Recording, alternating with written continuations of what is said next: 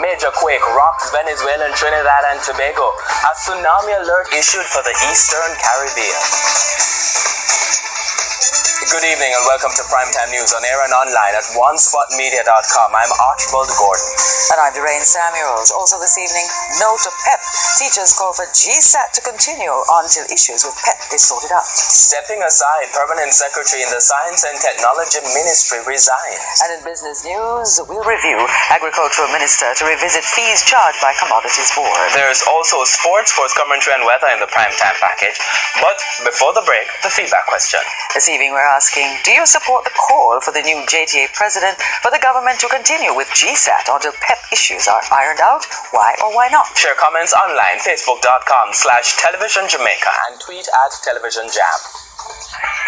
Please stay with us. Primetime News returns after this break. Welcome back to Primetime News. Special welcome to folks on onespotmedia.com. Up first, this evening, the latest on a major earthquake which shook the southeastern Caribbean this afternoon.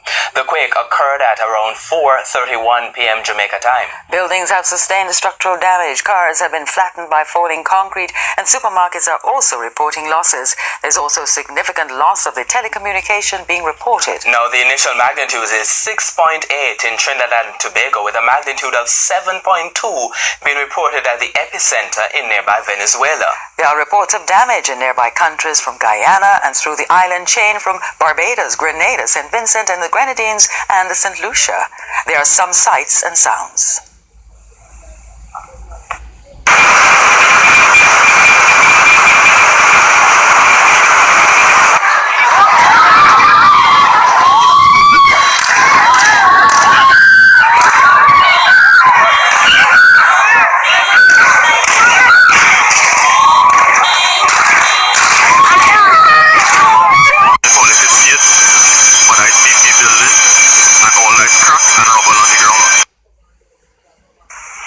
And we are now joined live on the telephone by Nika Prasansal, a reporter from Trinidad's CCN TV6. Nika, good evening. Thanks for joining us. How extensive is the damage that you are hearing about? Good evening and good evening to Jamaica. The damage isn't too bad. It is pretty much saturated within the northwestern part of Trinidad. That is the capital city, Port of Spain. We have Chagarama seeing some damage, which is further west of Port of Spain, down closer to that side, and as far east as Curup, which is closer to the center of northern Trinidad. Now, what kind of reaction have you been hearing? What has the public reaction been like? So the public, it's mostly been panic.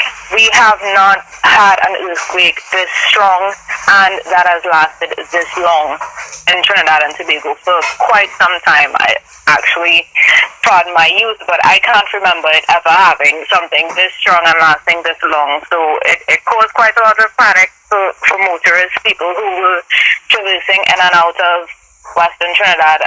It occurred just around 5:30 Trinidad time, so that would have been just after everyone was getting out of work, trying to get home.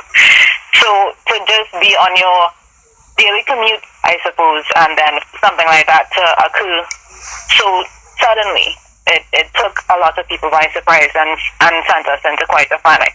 Now, Nika, as I understand it, your Minister of Security and Communications was addressing the nation a short while ago.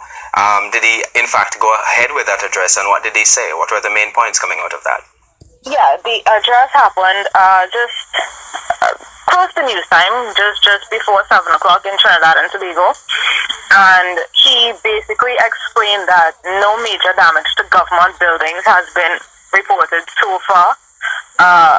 Health institutions or hospitals, health centers, schools, ministry buildings, things like that are all pretty much intact, and they are still surveying damage in and around the city and trying to find out whether there were any reports of damage to people's bodies, really bodily harm. We know for sure that there have been no fatalities reported thus far. We have 1 or 2 reports of people being injured, but we haven't been able to confirm that they were directly related to the earthquake, so we're still looking into things like that. But as far as the government is concerned, they are still surveying damage and trying to keep public peace as it stands so far. They're trying to assure us not to panic, tell the country to remain calm. They reminded us of all our emergency contact numbers, things like that, should we need any kind of assistance in the wake of this earthquake. All right, thanks so much. That's Nika Parsanlal. They're a reporter at CCN TV6 in Trinidad. Thanks so much for joining us, Nika.